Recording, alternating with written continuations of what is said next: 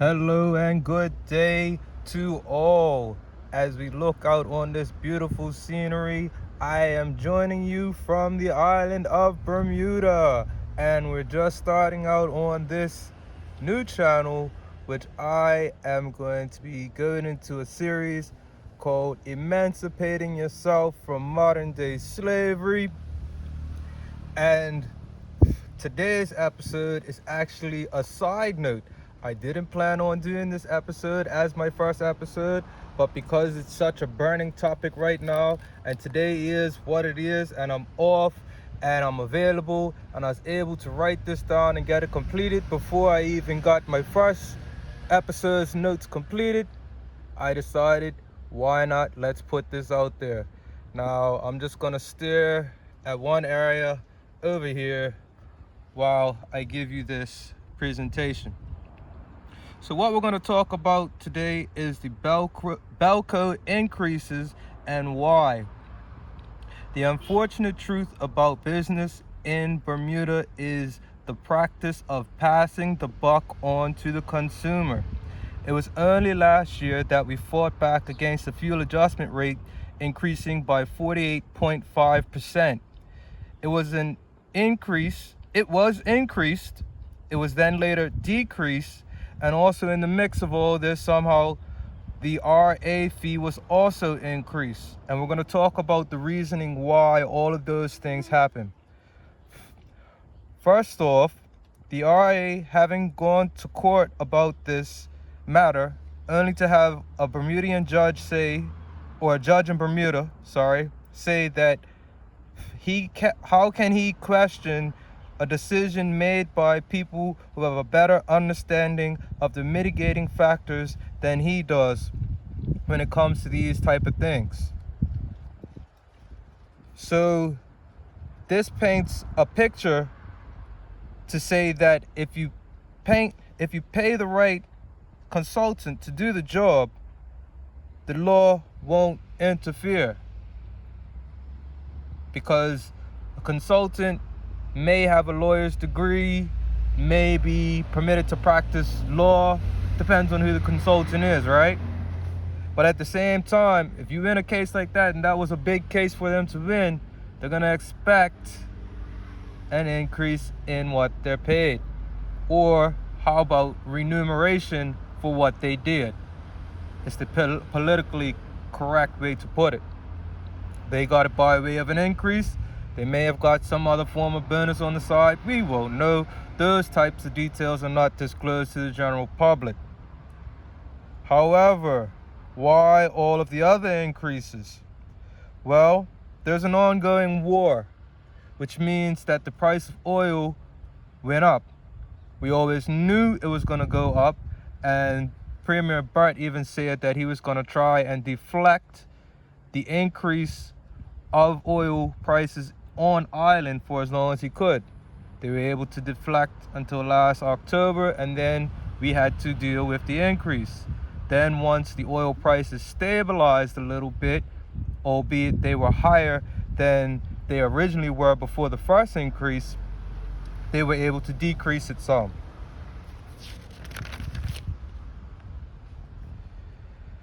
So what happens with the new increase that's being put into play for August 1st? Well, as we know, the legislation was passed for the implementation of corporate income tax. Now, the way they set out the corporate income tax is for any business that's making more than 750 million euros, not Bermudian dollars, euros, they will have to pay 15% of their revenue to government. Now let's do the math. 15% of 750 million euros is 112.5 million euros. The Belco net revenue, meaning the amount that they keep after they paid out all of their expenditure off of their revenue,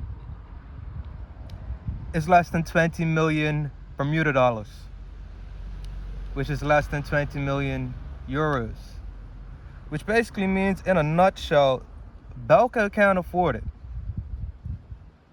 And as bad as this might seem, I am glad that we have this one case where we can now look and see, as an average person, what's really going to happen with all these corporates.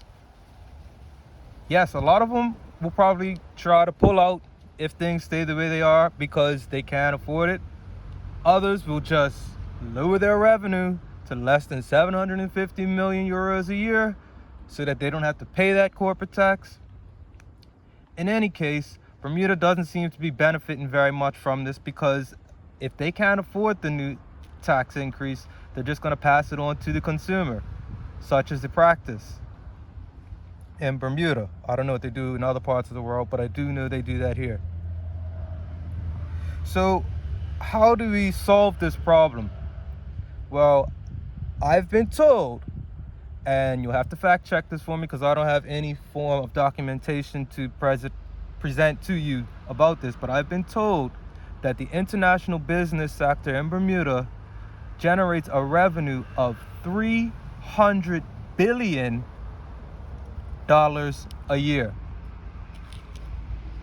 300 billion. Now that's the total revenue across the board, all of the businesses. Now it's probably going up higher than that because this is actually from a few years ago. So instead of taxing the biggest of the bigs 15%, why not institute a corporate income tax across the board for 1%? What this would do, a 1% increase on expenditure is manageable. 15% could sink your whole business. So 1% not only is more manageable for international businesses and all the corporates, but it is more profitable for everybody. 1% of 300 billion is 3 billion. Currently, the Bermuda debt ceiling stands at somewhere around 3 billion. So this means that with the institution of a 1% tax across the board rather than 15% on the highest bracket, we would be able to cancel our debt in a matter of years. A couple of years, it'll be over.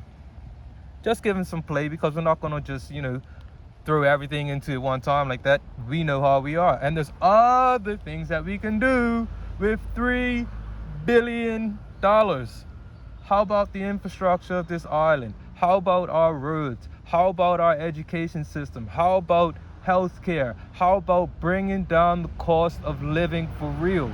If you're generating $3 billion from this one tax, it allows for you to alleviate taxes in so many other areas. It allows for you to be able to put money into so many other things. We're talking about a failing pension fund right now, and that's both the social insurance and the superannuation fund are being underfunded.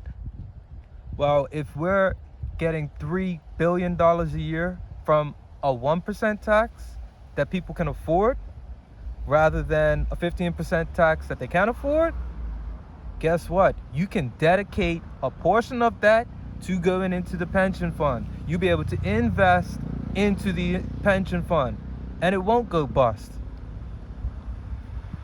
It's that much of a much better deal.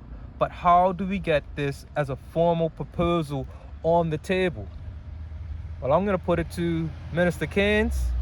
I think you might know some things about this, and you might be in a seat where you can speak to this directly, and we'll go from there.